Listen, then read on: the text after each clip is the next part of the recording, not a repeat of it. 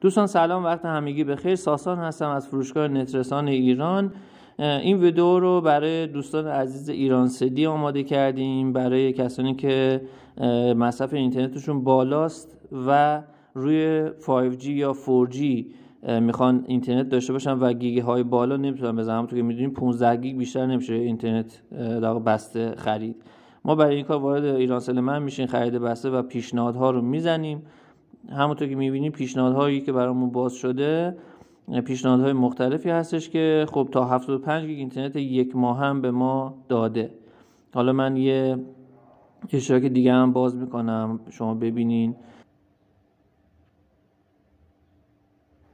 یکی از اشتراک‌های دیگر انتخاب میکنم، خرید بسته، پیشنهادها و همونطور که میبینید در واقع 1 گیگ اینترنت رایگان برای امروز و 3 گیگ اینترنت رایگان یک روزه هم برای ما داره که میتونیم هر زمان خواستیم فعالش کنیم. هر چقدر استفادهتون بیشتر باشه معمولا پیشنهادهای بهتری بهتون میده و گیگ های بیشتر بهتون میده. خب امیدوارم این ویدیو به دردتون بخوره و بتونین ازش استفاده کنین و ممنون میشم که لایک کنین و برای دیگران هم بفرستین تا اونها هم بتونن از این آموزش استفاده بکنن.